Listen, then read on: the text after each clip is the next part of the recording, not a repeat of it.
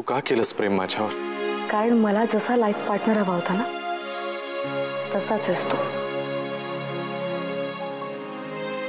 माझ्या आयुष्यात ज्या ज्या गोष्टींची कमतरता होती ना त्या सगळ्या गोष्टी तुझ्याकडून मिळाल्यात मला.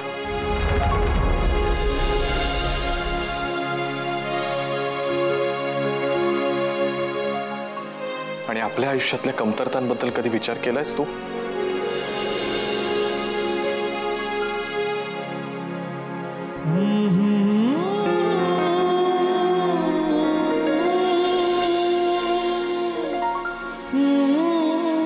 अभि,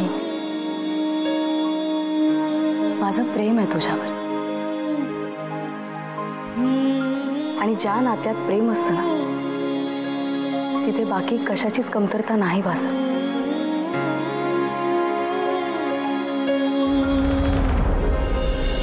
मला झोप आली.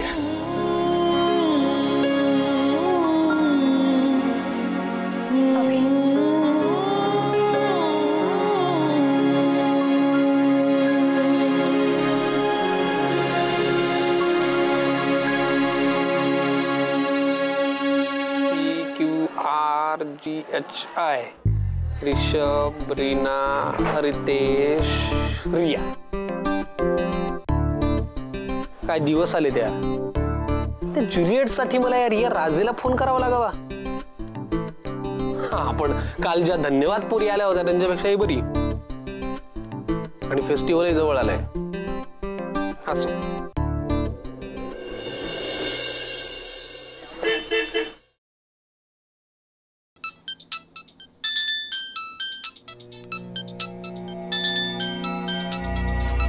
आता हा कशाला फोन करतोय डोकं खायला.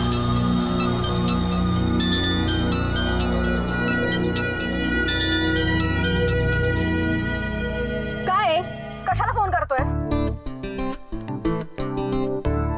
झालं नाही त्याचं काय ना आमच्या सामान्य माणसांमध्ये एक पद्धत आहे. आम्ही फोन केल्यानंतर हॅलो नमस्कार आपण कसे आहात असं बोलतो. तुमच्यामध्ये काय काय गावे असं खेकसतात का? हेच तुमचे मॅनर्स का?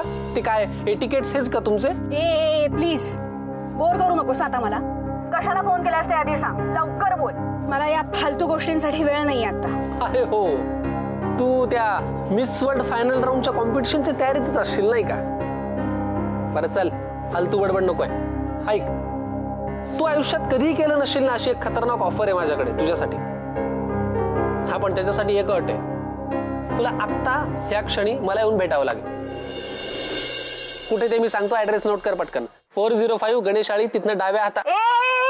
लिसन मी काही इथे रिकामी नाही बसलीये. तू सांगशील तिथे आणि सांगशील त्यावेळी यायला कळलं ना? आणि असंही मला आता अजिबातच वेळ नाहीये. मी खूप महत्वाच्या कामात आहे. अरे हो जागतिक पातळीवरचं महत्वाचं काम. काय नेलपेंट आणायला चाललीस का? अच्छा अच्छा अच्छा. काल आणलेल्या लिपस्टिकचा रंग तुला आज आवडत नाहीये मग आता ते एक्सचेंज करायला जात असेल बरोबर ना? Chandu this is what your problem you know. तू ना समोरच्या माणसाला नेहमी अंडर एस्टिमेट करत असतोस.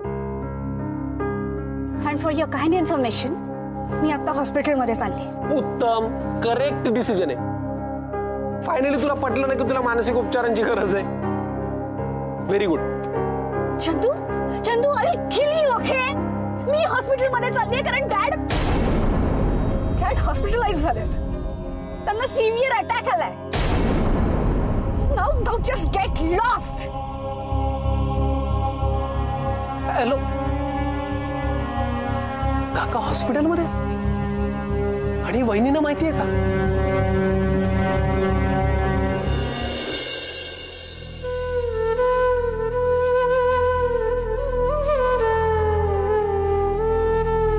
तू का केलंस प्रेम माझ्यावर? कारण मला जसा लाईफ पार्टनर हवा होता ना तसाच आहेस तू.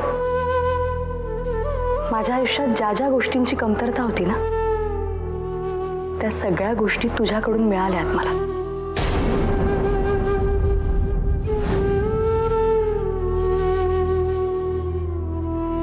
आणि आपल्या आयुष्यातल्या कमतरतांबद्दल कधी विचार केलायस तू? माझं प्रेम आहे तुझ्यावर. आणि ज्या नात्यात प्रेम असतं ना तिथे बाकी कशाचीच कमतरता नाही भासत. मला झोप आली आहे. अभि असं का वागला? इतका कडवट तो कधीच वागत बोलत नाही. काय झालंय त्याला? तो तो अजूनही डॅडच्या प्रसंगावरून नाराज आहे का? की ऑफिसमध्ये काय झालं असेल? नाही, त्याच्याशी शांतपणे बोललंच पाहिजे मला. आय होप काही मोठी गोष्ट झालेली नसेल. वहिनी, ते मी आता रियाला फोन केला होता. गुड. मग यायला तयार झाली का नाटकासाठी? अरे चंदू, बोल ना, काय झालं? ते रिया म्हणाली तुमचे बाबा हॉस्पिटलमध्ये आहेत. काय? हो. काय झालं माझ्या डॅडना? ते त्यांना सिव्हिअर अटॅक आलाय म्हणे.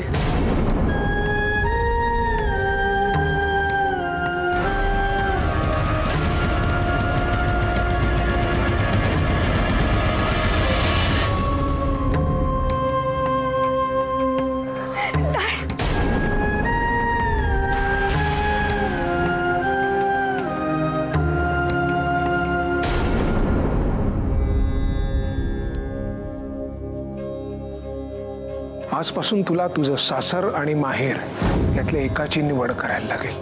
जर तू माहेराची निवड केलीस तर तुला तुझी बॅग घेऊन आत्ताच्या आत्ता घराच्या बाहेर जायला लागेल. आणि जर तू सासर निवडलंस तर या सगळ्यांची तुला या क्षणापासून संबंध तोडावे लागतील.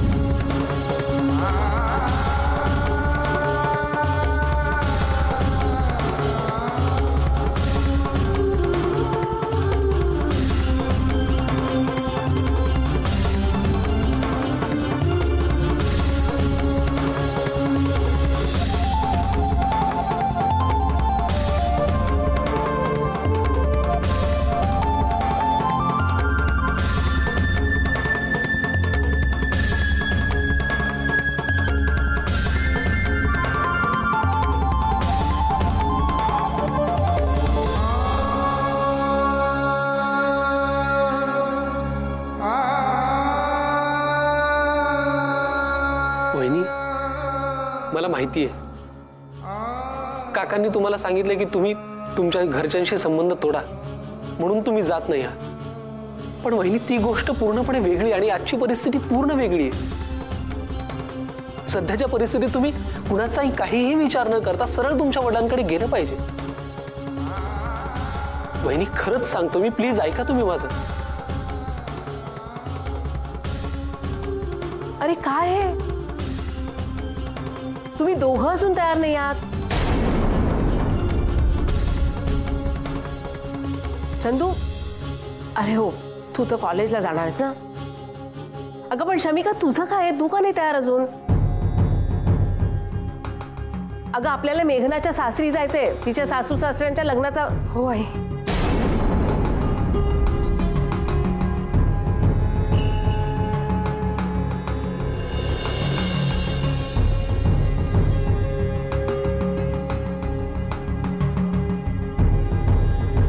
शमिका, काय झालं बाळा? तुला कोणी काय बोललंय का?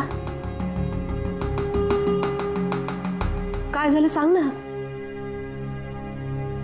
आई, काय नाही,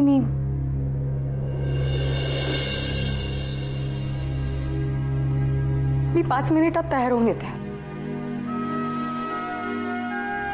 वहिनी थांब.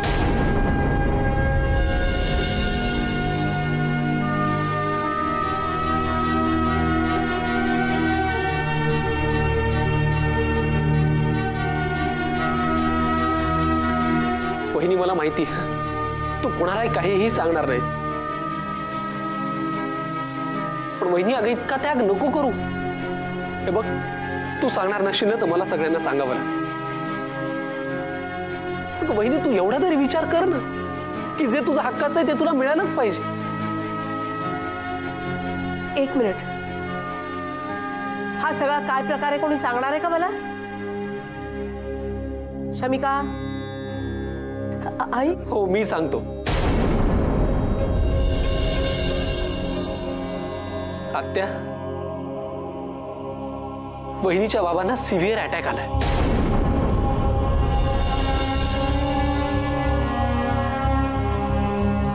आणि ती एवढ्या करता त्यांना भेटायला जात नाहीये कारण तिला तिच्या घरच्यांना भेटायची परवानगी नाहीये म्हणून.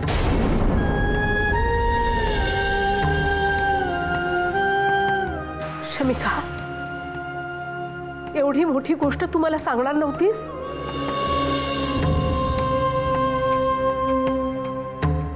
मग काय करू मी आई? माझ्यासाठी बाबा आणि डॅड दोघेही तितकेच महत्वाचे आहेत. आता कुठे खरेदीच्या निमित्ताने का होईना पण बाबांनी मला ऍक्सेप्ट केलं. मी जर आता डॅडना भेटायला गेले ना तर बाबा मला परत कधीच ऍक्सेप्ट नाही करणार.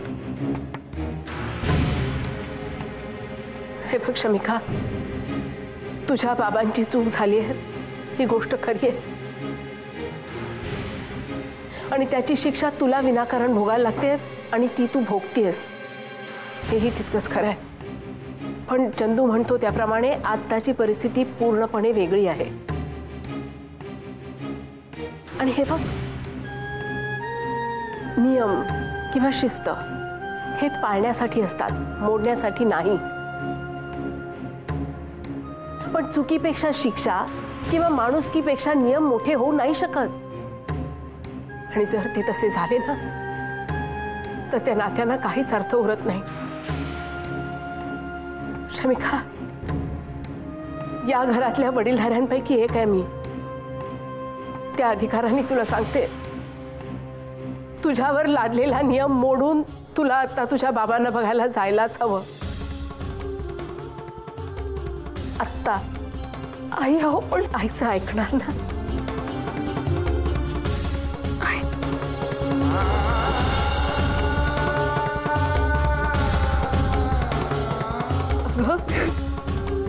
आमच्या मुलांनी कधी आमचं ऐकलं नाही एवढं जितकं तू ऐकतेस.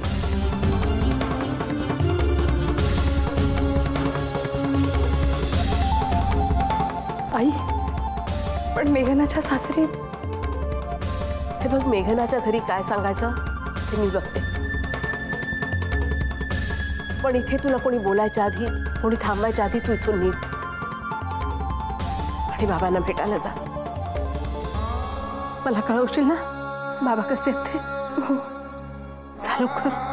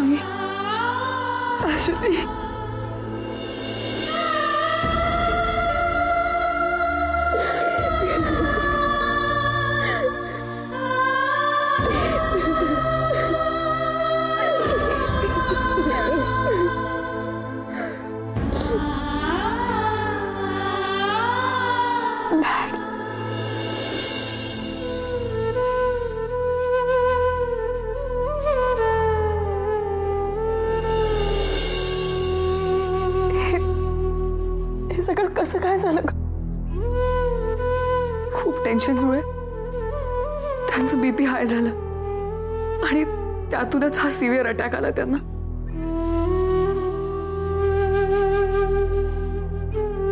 मला माहितीये कसलं टेन्शन घेतलंय त्यांनी.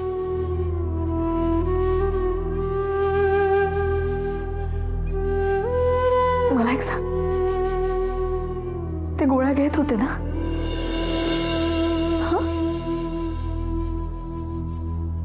अश्वती अगं काय आहे, माझ्या मागे एकही माणूस नाहीये त्यांची काळजी घ्यायला. आणि हे सगळं आज कळलं मला. कधी झालं हे सगळं? हे बघ शमी, तुला सांगायचं नाही असं नव्हतं मनात, पण भीती होती ग मनात. तुला जर कळवायला फोन केला आणि आजींनी उचलला तर, तुला जर मोबाईलवर फोन केला आणि अभिच्या बाबांनी माझं नाव बघितलं तर, माझ्यामुळे तुला त्रास होऊ नये म्हणून नाही कळवलं ग तुला. तुझ्याकडच्या गोष्टी अजून बिघडू नयेत म्हणून नाही कळवलं तुला. अगं पण अजून काय बिघडायचं राहिलंय अश्वती? जे काय बिघडायचं होतं ते सगळं बिघडलंच तर आहे ना. पण नाही, आता मात्र सगळं चांगलंच होईल. आपले डॅड बरे होतील, माझ्या सासरचंही माझ्याशी चांगलं वागतील, खात्री आहे मला. आता सगळं चांगलं होईल, सगळं बदलून जाईल बघ. हो ना? हो शमी.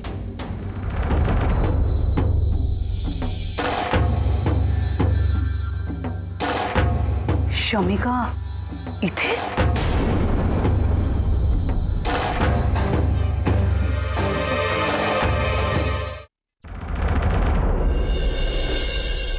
चला निघूया. हो. बरं, दोन्ही प्रेझेंट घेतलेत ना, त्यात एक इथेच राहायचं. मी मेहनतीने आणलाय म्हणून म्हटलं. हो, किती अविश्वास दाखवालो. बरं तुम्ही पाकिट घेताय ना, मी पर्स वगैरे काही घेत नाही. मग विभा, ही साडी कशी दिसते ग? जुनाट वाटत नाही ना? नाही हो, रंग इतका छान दिसतोय ना, मस्त आहे. नाही म्हणजे अगं मेघनाकडे पहिल्यांदाच जातोय ना, जरा बऱ्या कपड्यात गेलं पाहिजे. निघूया, उशीर होईल. हो. अभि अरे किती वेळ, लवकर ये ना. आई आलो. आई, शमिकाला पाहिलंस का? मी घरभर शोधलं, ती नाही येते मेघनाकडे. अरे त्या मैत्रिणींनी खूप आग्रहाचा फोन केला होता शमिकाला भेटायलाय म्हणून. शमिका नाहीच म्हणत होती, पण मीच म्हटलं की अगं जा, जाऊन भेटून ये ना. कधी भेट होणार नाही तर तुझी, म्हणून. चला, सुंठी वाचून खोकला गेला.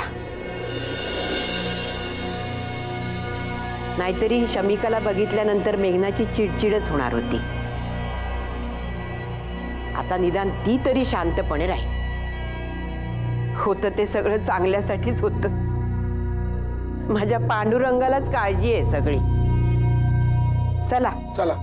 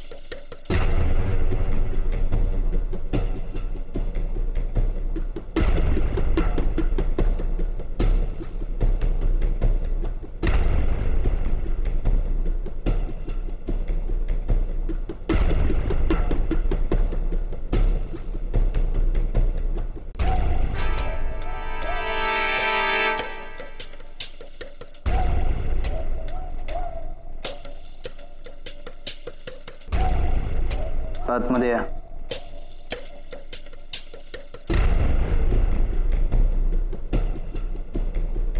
Yes sir. कामच आहे.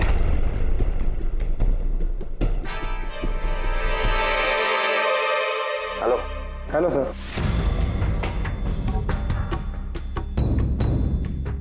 कामत साहेब, तुम्हाला तर माहितीच असेल, आपल्या कंपनीचे MD आमचे डॅड अनिरुद्ध राजे यांना खूप सिव्हिअर हार्ट अटॅक आल्यामुळे त्यांना हॉस्पिटलमध्ये ऍडमिट करावं लागलं. आता त्यांच्या मागे कंपनीतलं काम थांबता कामा नाही. नाहीतर ते इथे परत आल्यावर त्यांना असं वाटायला नको की माझ्या मागे कंपनी चालवण्यात कोणातच धमक नाहीये. उलट त्यांना असं वाटलं पाहिजे की अरे वा, आता मी रेस्ट घेऊ शकतो, कारण की इथली कंपनीतली लोक तयार झाली आहेत. You are right sir. कामच आहे. आता तुम्ही एक काम करा, ऑफिसमधल्या प्रत्येक स्टाफला जाऊन ही गोष्ट सांगा की अनिरुद्ध राजे इथे नसतानाही कंपनीतल्या कामात कुठल्याही प्रकारची ढिलाई, बेशिस्त वागणूक आणि गैरव्यवहार अजिबात चालणार नाही.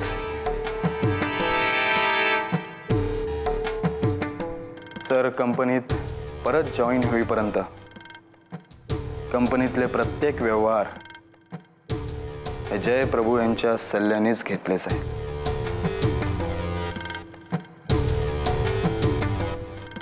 सांगाल ना?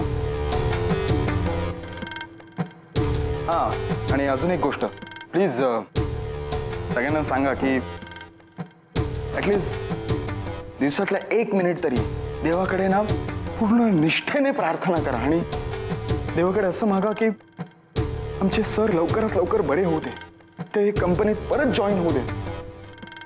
हो की नाही? जा मग आता. ओके.